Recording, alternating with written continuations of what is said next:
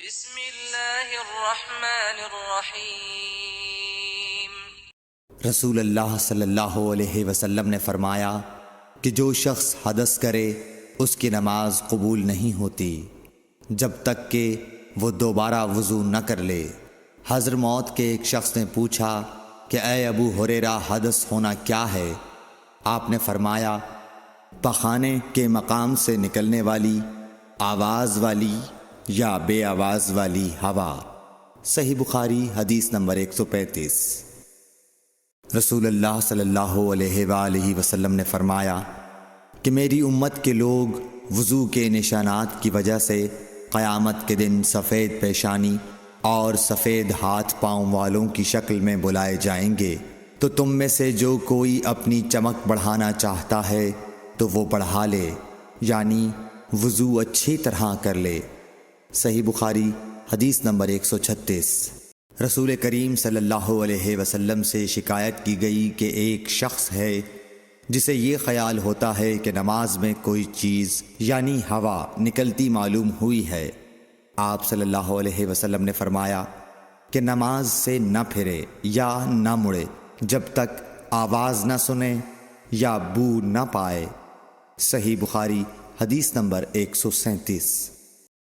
نبی کریم صلی اللہ علیہ وسلم سوئے یہاں تک کہ آپ خراٹے لینے لگے، پھر آپ نے نماز پڑھی، اور کبھی راوی نے یوں کہا کہ آپ صلی اللہ علیہ وسلم لیٹ گئے پھر خراٹے لینے لگے، پھر آپ صلی اللہ علیہ وسلم کھڑے ہوئے، اس کے بعد نماز پڑھی۔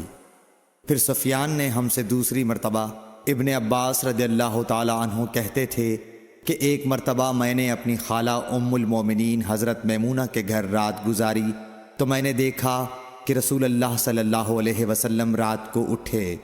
جب تھوڑی رات باقی رہ گئی تو آپ صلی اللہ علیہ وسلم نے اٹھ کر ایک لٹکے ہوئے مشکیزے سے ہلکا سا وضو کیا۔ عمرو اس کا ہلکا پن اور معمولی ہونا بیان کرتے تھے، اور آپ کھڑے ہو کر نماز پڑھنے لگے تو میں نے بھی اسی طرح وضو کیا جس طرح آپ صلی اللہ علیہ وسلم نے کیا تھا، پھر آ کر آپ کے بائیں طرف کھڑا ہو گیا۔ اور کبھی سفیان نے ان یسارہ کے بجائے ان شمالہ کا لفظ کہا، مطلب دونوں کا ایک ہی ہے۔